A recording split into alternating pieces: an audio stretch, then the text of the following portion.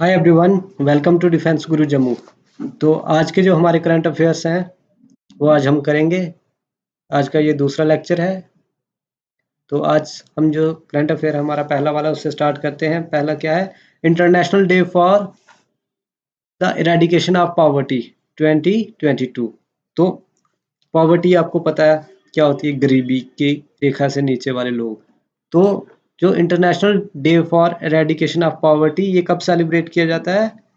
17 अक्टूबर को। ये आपको याद रखना है, मोस्ट इंपॉर्टेंट करंट अफेयर है आज का ये। The United Nation international day for eradication of poverty is annually observe, हर साल मनाया जाता है across the globe on October 17 to highlight the issue of poverty, hunger, violence. ये इसके 3 पिलर्स हैं। ठीक है, क्या क्या है? पॉवर्टी, हंगर और वायलेंस। मोस्ट इंपॉर्टेंट, एक बार फिर से रिपीट कर देता हूं मैं। International day for the eradication of poverty. ये तो आपको पता है पॉवर्टी कितनी बड़ी प्रॉब्लम है पूरे वर्ल्ड में ही, इंडिया में भी देख लो आप। दूसरा जो नेक्स्ट है उसका क्या है? उसका है कि अब नाटो का नाम तो आपने बड़ा सुना होगा, नाटो। ठीक है, नाटो ये क्या है? एक ऑर्गेनाइजेशन है, इंटर गवर्नमेंटल ऑर्गेनाइजेशन है, inter governmental and military alliance of 30 countries. ठीक है, अभी तो आप सुन रहे होंगे न्यूज में रशिया यूक्रेन की वॉर चल रही है। क्यों चल रही है? मेन रीजन क्या है? नाटो। यूक्रेन क्या करना चाहता था? नाटो ज्वाइन करना चाहता था। रशिया ने उसको बड़ी बार मना किया कि भाई ना कर ना कर, लेकिन यूएसए के प्रेशर या फिर यूएसए की स्पोर्ट बोल सकते हैं हम, तो वो नाटो ज्वाइन करने के लिए काफी उत्सुक था। लेकिन हुआ क्या? वही वॉर। अब देखो नॉर्वे है, स्वीडन है, वो भी बोल रहे हैं कि हमें नाटो ज्वाइन करना है, लेकिन कंसिक्वेंसेस इसके आपको पता ही है। रशिया कितना स्ट्रॉन्ग कंट्री है, वो वॉर डिक्लेयर कर देगा। तो नाटो है क्या? सबसे पहले ये एक इंटर गवर्नमेंटल ऑर्गेनाइजेशन है। ठीक है, inter governmental political and military alliance है 30 कंट्रीज का। कब बना था? 1949 में। जो ट्रीटी हुई थी उसको ही बोलते हैं नॉर्थ अटलांटिक ट्रीटी हुई थी। हेडक्वार्टर कहाँ है इसके? बेल्जियम में, ब्रसल्स में। ये आपको याद रखना है नाटो के बारे में, मोस्ट इंपॉर्टेंट है, किसी भी एग्जाम में पूछा जा सकता है। जब पूछेंगे इसके हेडक्वार्टर्स कहाँ है, या बना कब था, ट्रीटी कब हुई थी, या उस ट्रीटी का क्या नाम है। तो नॉर्थ अटलांटिक ट्रीटी। पहले क्या था कि जब ये नाटो की फॉर्मेशन हुई थी तो तब ये नॉर्थ अटलांटिक ओशन तक ही सीमित था। नाम से ही पता चल रहा है नॉर्थ अटलांटिक, मतलब नॉर्थ वाला पार्ट, जो उसके आसपास की कंट्रीज हैं जिनकी कोस्ट टच होती है, तो पहले उधर तक था। लेकिन अब नाटो क्या कर रहा है? एक्सपैंड कर रहा है रशिया की साइड, रशिया को चेक देने के लिए। लेकिन रशिया को ये नहीं है मंजूर, तो इसलिए वॉर्स वाली सिचुएशन हो रही है। अब ये न्यूज में क्यों था? न्यूज में इसलिए है कि जो नाटो है begins its annual nuclear exercise steadfast noon। ठीक है जी, ये क्या चक्कर है कि एक एक्सरसाइज होती है, न्यूक्लियर एक्सरसाइज है।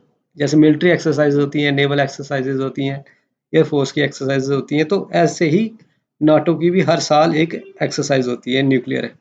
ठीक है, इसमें क्या इस बार क्या हो रहा है कि 14 नेशंस पार्टिसिपेट कर रहे हैं। कितने टोटल? 30 हैं।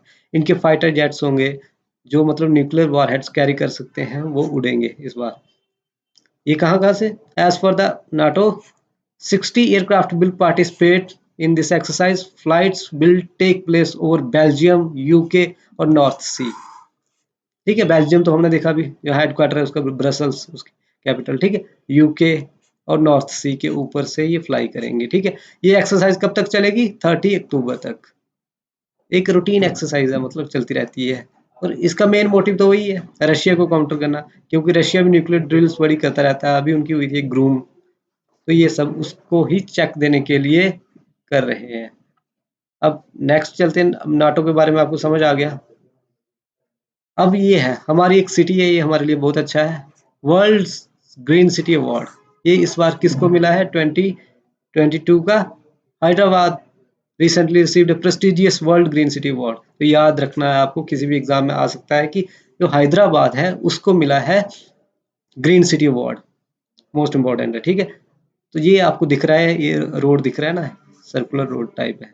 ये मतलब इतना खूबसूरत है कि इसने वर्ल्ड की बेस्ट बेस्ट सिटीज लाइक देखो, पेरिस, बगोटा, मैक्सिको, मॉन्ट्रियल, ठीक है, फाटलीजा, इनको पछाड़ दिया और किसको मिला है?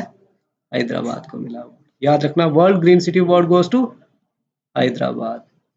अब जो नेक्स्ट है, अब हमारे यूनियन होम मिनिस्टर है, पता होगा आपको कौन है? यूनियन होम मिनिस्टर है अमित शाह जी। तो इन्होंने क्या किया कि हिंदी की टेक्स्ट बुक है वो इनॉग्रेट किए हैं मेडिकल स्टडीज में। ठीक है, भोपाल में गए थे। Amit Shah ji launches medical Hindi books for anatomy, biochemistry and physiology for first year MBBS student. ठीक है, जो बच्चे एमबीबीएस की पढ़ाई करते हैं तो उनके लिए उन्होंने हिंदी की टेक्स्ट बुक लॉन्च कर दी है। ठीक है, इसमें क्या है, ये क्या है? It has been launch under the PM vision of promoting Indian language, मतलब रीजनल लैंग्वेजेस को प्रमोट किया जा रहा है। अब क्या होगा, जो एंट्रेंस एग्जाम होंगे तो वो हमारी 12 रीजनल लैंग्वेजेस में हो सकते हैं, तभी तो ये प्रमोट कर रहे हैं इतना। ठीक है, बाकी आपको पता है हमारी official language according to the article 343 of the Constitution, the official language of Union is Hindi in Devanagari script. सबसे जरूरी आपको ये याद रखना है कि इंडिया की कोई भी नेशनल लैंग्वेज नहीं है। कभी कभी आ जाता है ना एग्जाम में कि बताओ नेशनल लैंग्वेज कौन सी है इंडिया की, तो बच्चे एकदम से हिंदी, हिंदी नेशनल लैंग्वेज नहीं है। ठीक है, हमारे कंट्री की जितनी भी लैंग्वेजेस हैं वो हैं 8th शेड्यूल में मेंशन। ठीक है, हमारे कॉन्स्टिट्यूशन का 8th शेड्यूल है, उसमें है 22 लैंग्वेजेस।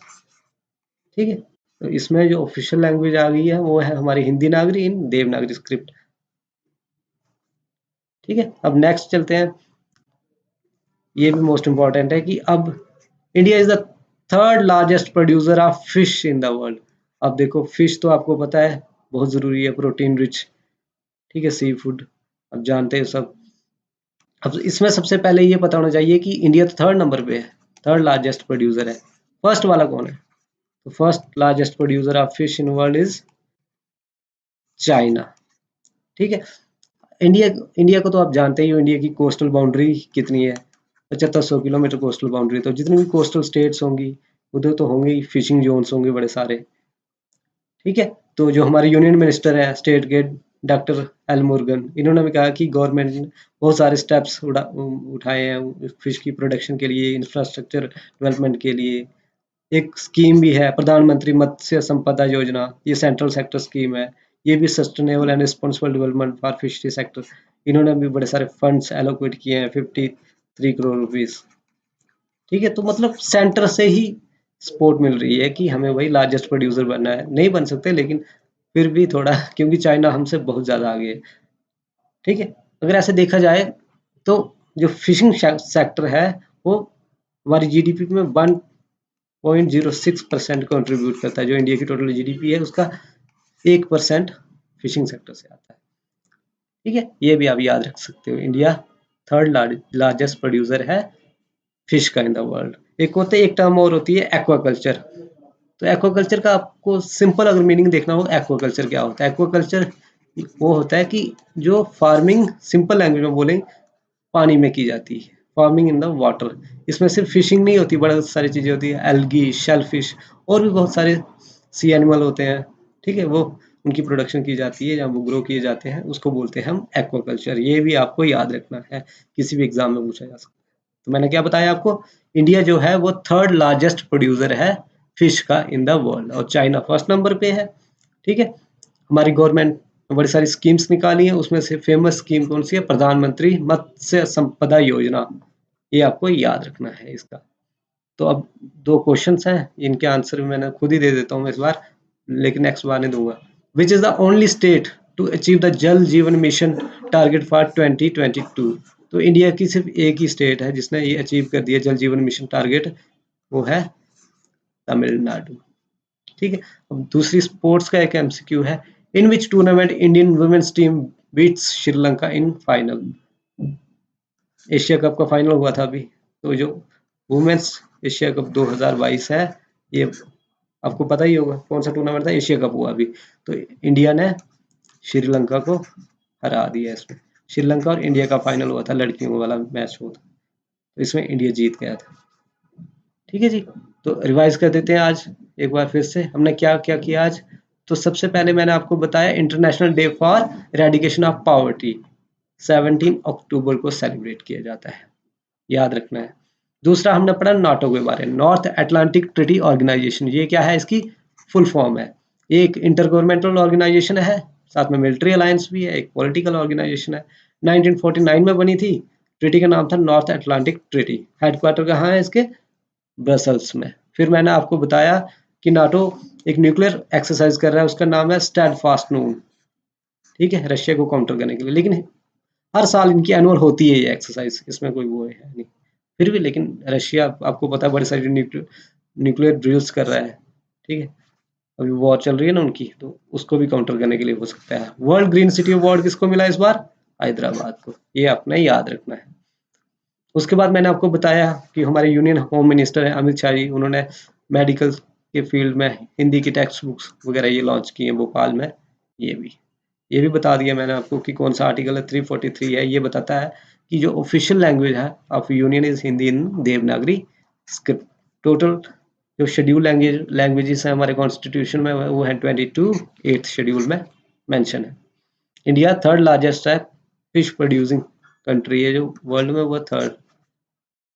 ये भी हम लोग इसकी रिलेटेड कोई स्कीम होगी फिश के रिलेटेड, फिशरी सेक्टर के रिलेटेड, तो वो होगी प्रधानमंत्री मत्स्य संपदा योजना। उसके बाद हमने ये दो क्वेश्चन डिस्कस किए कि वो कौन सी स्टेट है इंडिया की जिसने अचीव कर दिए अपने टारगेट जल जीवन मिशन वाले 2022 के लिए, वो है तमिलनाडु। और इंडियन वुमेन्स ने श्रीलंका वुमेन्स को हराया अभी फाइनल में, एशिया कप के फाइनल में हराया। ठीक है, thank you so much, all the best. मिलते हैं नेक्स्ट वीडियो में।